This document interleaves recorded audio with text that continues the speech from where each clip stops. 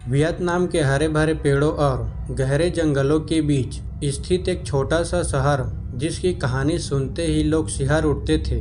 शहर का नाम टांग फुंग था, जो रहस्यों और भूतिया कहानियों के लिए प्रसिद्ध था, लेकिन बहुत कम लोग उस रहस्य को जान पाए थे। कई लोग इस शहर में आते, लेकिन ज़्यादातर लौट नहीं पाते थे। जो लौटते भी थे वे डर और सदमे से कभी कुछ नहीं बोल पाते थे। यह शहर देखने में तो सामान्य था, लेकिन इसके भीतर कुछ गहरे रहस्य छिपे थे।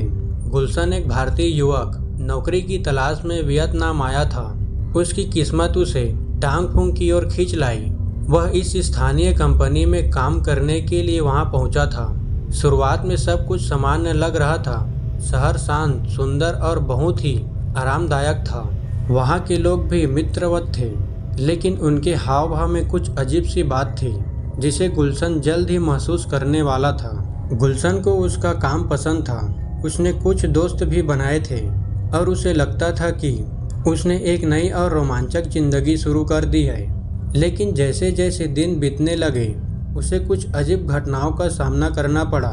वह देखता कि लोग उसे रहस्यमय नज़रों से देख रहे थे और रात में अजीब आवाज़ें सुनाई देने लगी। उसे कई बार ऐसा महसूस हुआ कि कोई उसका पीछा कर रहा है, लेकिन जब वह मुड़कर देखता तो वहाँ कोई नहीं होता। एक दिन गुलशन के दोस्तों ने उसे एक खेल में भाग लेने का न्योता दिया। यह खेल हर साल वहाँ आयोजित होता था और इसे स्थानीय लोग आत्माओं का खेल कहते थे। गुलशन ने इसे हल्के में लिया और सोचा कि यह सिर्फ मनोरंजन के लिए होगा, लेकिन जैसे ही वह खेल में शामिल हुआ उसे एहसास हुआ कि यह कोई सामान्य खेल नहीं है। इस खेल में भाग लेने वाले कई लोग पहले ही गायब हो चुके थे या मानसिक रूप से टूट चुके थे। खेल के नियम अजीब थे। खेल में भाग लेने वाले को एक जंगल के अंदर जाना होता था, जहां उसे कुछ विशेष वस्तुएं ढूंढनी होती थी।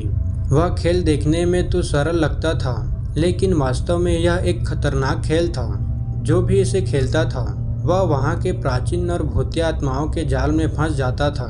खेल के अंत में सिर्फ एक ही विजेता बच पाता था और बाकी लोग या तो मर जाते थे या पागल हो जाते थे। गुलशन ने खेल में भाग लेने का फैसला किया, हालांकि उसे खेल के पीछे छिपे खतरों के बारे में अंदाजा नहीं था। जैसे ही वह जंगल में प्रवेश किया उसे महसूस हुआ कि यह कोई सामान्य जंगल नहीं था। वहाँ का वातावरण भारी और असहज था। हर कदम के साथ वह महसूस कर रहा था कि कोई उसे देख रहा है, उसका पीछा कर रहा है।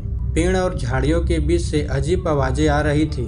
रास्ते में उसे अजीबोगरीब आकृतियां दिखने लगी जो अचानक प्रकट होकर गायब हो जाती थी। वह समझ नहीं पा रहा था कि यह उसका भ्रम है या वास्तव में कुछ भयानक चीजें उसके आसपास हो रही है। धीरे धीरे उसे इस खेल की असली सच्चाई समझ आने लगी। यह कोई साधारण खेल नहीं था, यह आत्माओं का खेल था। यहाँ के लोग उन आत्माओं को खुश करने के लिए लोगों की बलि देते थे। खेल की वास्तविकता को जानने के बाद गुलशन का मन विचलित हो गया, लेकिन उसने हार मानने के बजाय सूझबूझ से काम लेने का फैसला किया। उसे समझ में आ गया कि अगर उसे अपनी जान बचानी है तो उसे उन आत्माओं और खेल के पीछे छिपे रहस्य को समझना होगा। वह अपनी बुद्धिमानी का इस्तेमाल करते हुए खेल के नियमों को तोड़ने की कोशिश करने लगा।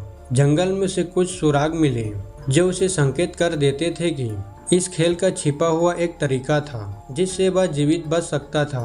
उसे उन सुरंगों के माध्यम से खेल के असली मास्टरमाइंड का पता चला, जो शहर के बुजुर्ग थे। यह बुजुर्ग लोग ही इस खेल को नियंत्रित कर रहे थे और उनके पीछे एक प्राचीन श्राप का हाथ था जो उन्हें इस खेल को हर साल खेलने के लिए मजबूर करता था। गुलशन ने अपनी सूझबूझ और हिम्मत से खेल के सारे रहस्यों को उजागर कर दिया।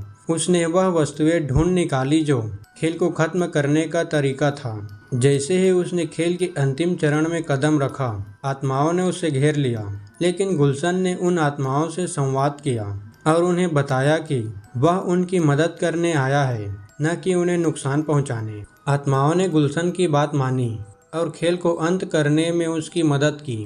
गुलशन ने खेल को जीता और उस शहर को भूतिया शराब से मुक्त कर दिया।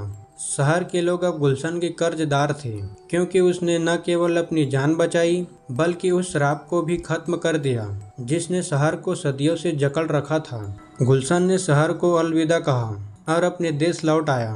लेकिन वह कभी इस घटना को भूल नहीं पाया। यह कहानी इस बात की गवाही थी कि किस तरह सूझबूझ और साहस के बल पर हम किसी भी खतरनाक परिस्थिति से बाहर निकल सकते हैं।